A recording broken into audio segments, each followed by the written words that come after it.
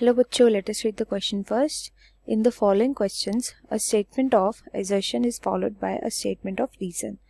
Assertion यहाँ पे बोल रहा है trypsinogen is present in pancreatic juice in an inactivated form and इसका reason दिया गया है no protein digestion takes place in pancreas. हमें बताना है if both assertion and reason are true and the reason is a correct explanation of assertion. If both assertion and reason are true but reason is not correct explanation of assertion. If assertion is true but the reason is false or if assertion is false but the reason is true.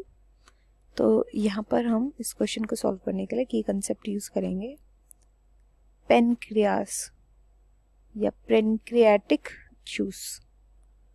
जैसे कि नाम से ही पता चल रहा है pancreatic juice है। कहाँ से सिक्रीट होगा? ये पेनक्रियास सिक्रीट करता है, इसको पेनक्रियास के थ्रू सिक्रीट होते हैं। इस जूस के अंदर various type of enzymes present होते हैं एंड ये एंजाइम कैसे होते हैं? इनको एल्कलाइन नेचर चाहिए होता है। एल्कलाइन नेचर जैसे इनको मिलता है, ये मिलता कहाँ पर है इनको? पहली चीज तो स्मॉल इंटेस्टाइन में इनको मिलता है। एंड जैसे ये एल्कलाइन नेचर इनको मिलता है तो ये क्या हो जाते हैं? ये एक्टिवेट हो जाते हैं और अपना फंक्शन परफॉर्म करने स्टार्ट करने लगते हैं। इनमें से एक बहुत इंपॉर्टेंट एंजाइम है, दैट इज ट्रिप्सिनोजन। ट्रिप्सिनोजन जो होता है पेनक्रियाटिक जूस के अंदर प्रेजेंट होता है एंड इसको एक्टिवेट करने के लिए एक एंजाइम चाहिए, दैट इज एंटेरोकाइनेस एंजाइम चाहिए होता है।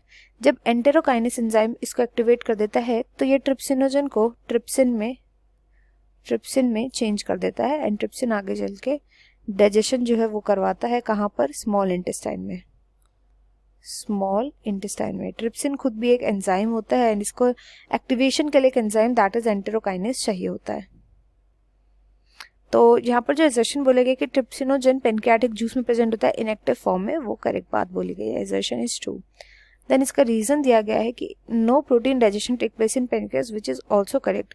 प्रोटीन का डाइजेशन पेनक्रियास के अंदर नहीं होता और यही रीजन है कि ट्रिप्सिनोजन जो होता है, बोला गया है कि यही रीजन है कि वो वहाँ पे इनएक्टिव फॉर्म में होता है। तो ऐसे यहाँ पे असर्शन भी करेक्ट है, यहाँ पर रीजन भी करेक्ट है और रीजन एक करेक्ट एक्सप्लेनेशन भी है असर्शन का, क्योंकि प्रोटीन डाइजेशन पेनक्रियास के अंदर नहीं होता, मोस्टली प्रोटीन डाइजेशन हो जाता है स्मॉल इंटेस्टाइन में। तो इसलिए इस क्वेश्चन का राइट आंसर हो जाएगा option A, option 1। I hope you understood well. Best of luck and thank you.